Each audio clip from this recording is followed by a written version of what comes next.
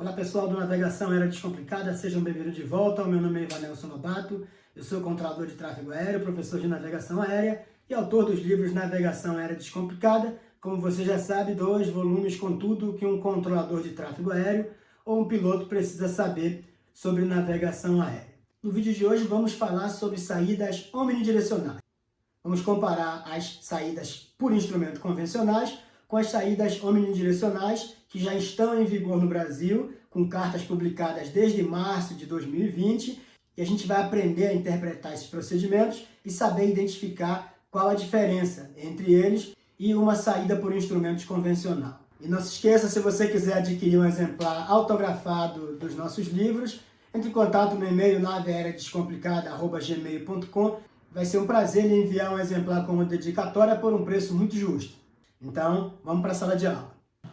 Saída omni ou saída omnidirecional. Então, AIC November 1019 de 23 de maio de 2019, que entrou em vigor a partir de 20 de junho do mesmo ano e tem duração permanente, ela já traz as informações acerca dos detalhes das saídas omnidirecionais no espaço aéreo brasileiro.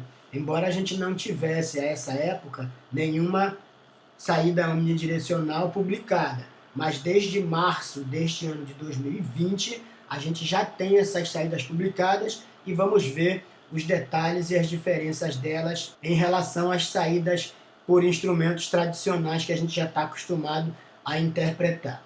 Então vamos ver as diferenças e semelhanças. Em uma CID tradicional, a saída ela é baseada sempre em navegação convencional, ou seja, com base em um auxílio instalado em solo, ou em navegação diária, RNAV, que pode ser tanto com base em um auxílio instalado em solo, ou em navegação própria, seja por satélite, seja por sistema de navegação inercial. Mas, enfim, para a saída tradicional é necessário que haja um auxílio ou um sistema de navegação que apoie essa saída. Na saída omni, a gente não tem a necessidade de um auxílio em funcionamento para a execução da saída. E a gente descreve aqui que não tem a necessidade, embora não seja proibido. Quando for necessário, nos casos previstos lá na AIC November 1019, quando houver necessidade de uso de determinado auxílio, haverá sim a obrigatoriedade deste auxílio estar em funcionamento. Em geral, a gente vai ver que a gente não tem necessidade de auxílio para a execução da saída omni na grande maioria dos casos. Sempre com a apresentação gráfica da trajetória. Isto aqui vale para a CID tradicional. Já na CID omni, ou a gente tem a representação da trajetória, ou simplesmente a descrição dela. Você não vai ter um desenho gráfico dependendo das circunstâncias. Existem os casos, também previstos na IC, onde existe a obrigatoriedade da representação da trajetória. A gente não precisa entrar nesses pormenores aqui, mas a gente só precisa entender que a gente pode ter uma saída com a representação gráfica ou simplesmente a descrição, e já já a gente vai apreciar isso. Toda saída tradicional, toda CID tradicional, ela termina em um ponto onde começa o voo em rota. Então ela normalmente leva ao início de uma aerovia. A saída omni, ela termina em um ponto que permite flexibilidade. E eu coloquei um asterisco aqui, a gente vai ver até onde essa flexibilidade vai. Tanto nas saídas tradicionais quanto nas saídas omnidirecionais, o abandono só pode ocorrer nos casos previstos na IC 1419. Não é o fato de eu ter uma saída flexível que diz que eu posso abandoná-la a qualquer momento.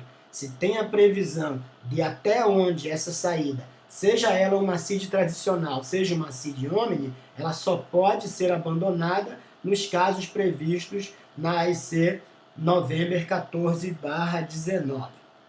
Tanto a CID tradicional quanto a saída omnidirecional, elas garantem separação com obstáculos no solo. E aqui a gente faz uma observação que não é propósito das saídas, seja ela tradicional ou omnidirecional, fazer separação de tráfego, mas elas garantem sim separação com obstáculos no solo em relação ao terreno.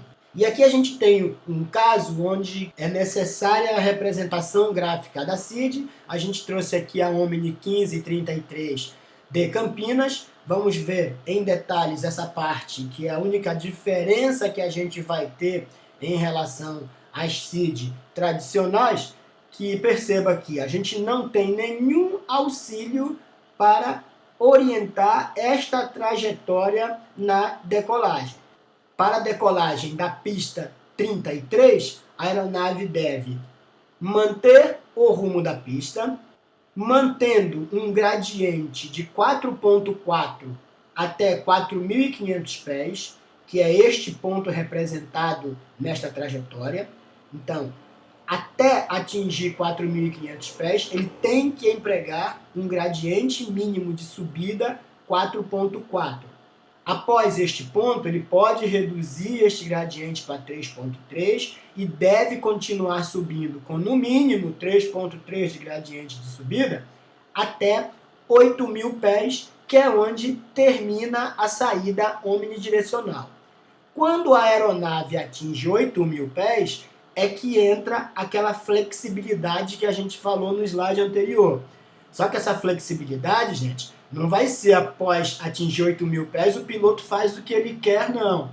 Então, em geral, ele vai receber a instrução antes da decolagem de o que ele vai fazer após atingir o ponto em altitude, neste caso, onde termina a saída omnidirecional.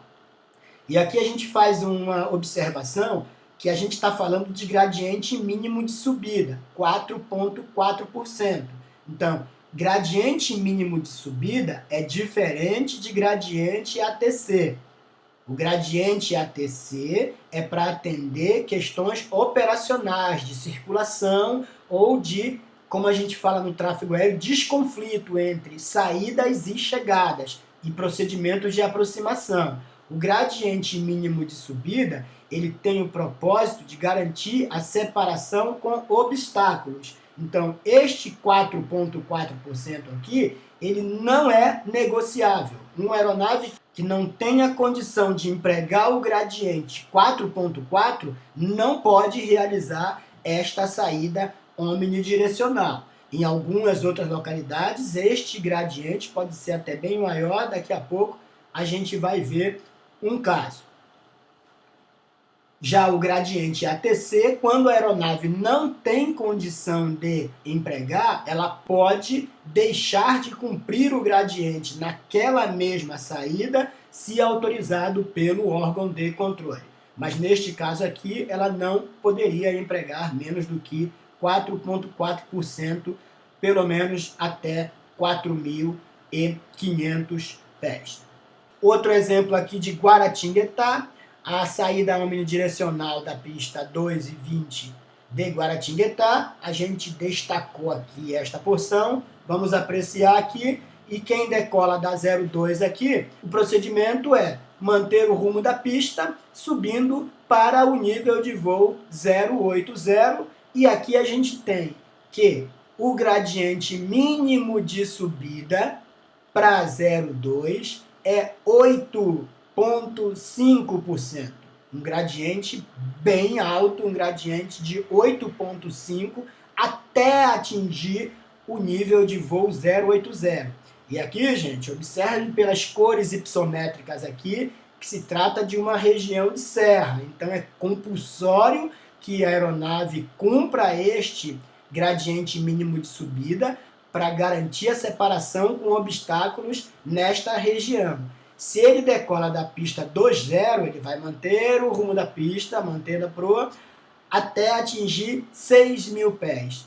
Para este caso aqui, o relevo permite que se empregue um gradiente mínimo de subida de 6,5%.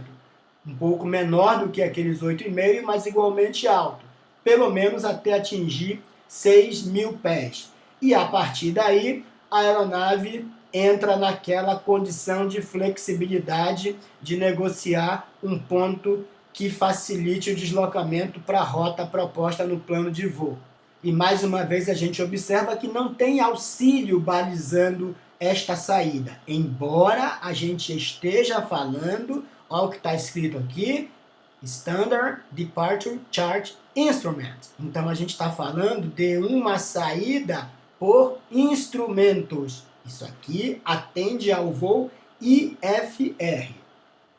E aqui a gente tem um outro caso de saída omnidirecional, onde, de acordo com o previsto lá na AIC 14/19, a gente não tem a necessidade da representação gráfica, porque aqui trata-se de um procedimento mais simplificado. Então a gente vai destacar esta porção aqui, que é onde traz o que a aeronave precisa fazer após a decolagem. Simplesmente, após a decolagem, manter proa 296 até 2.700 pés.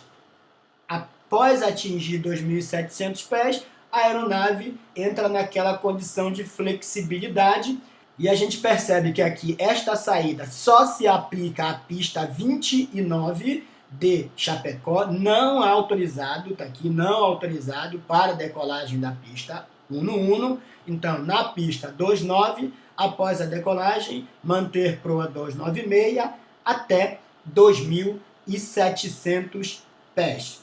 E após isso, a aeronave segue o que já foi previamente coordenado com os órgãos ATS ou ATC.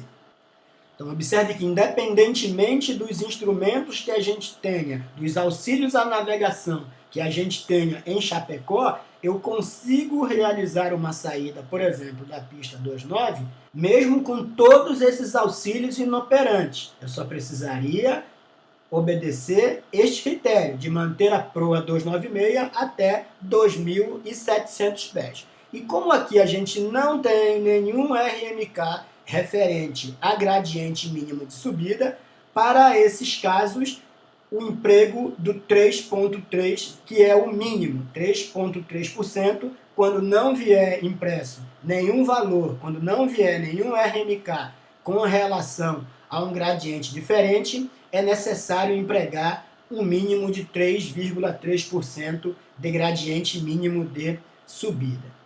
E quando a gente disse que o abandono do procedimento só pode ocorrer nas condições previstas na IC 1419, a gente está falando desse detalhe aqui, ó, o abandono de um procedimento de saída, e aqui ele é genérico, ele não está falando de uma CID tradicional ou de uma CID Omni, qualquer procedimento de saída, somente poderá ocorrer se atendida pelo menos uma das situações a seguir. E a gente chama a atenção para esta aqui, ó.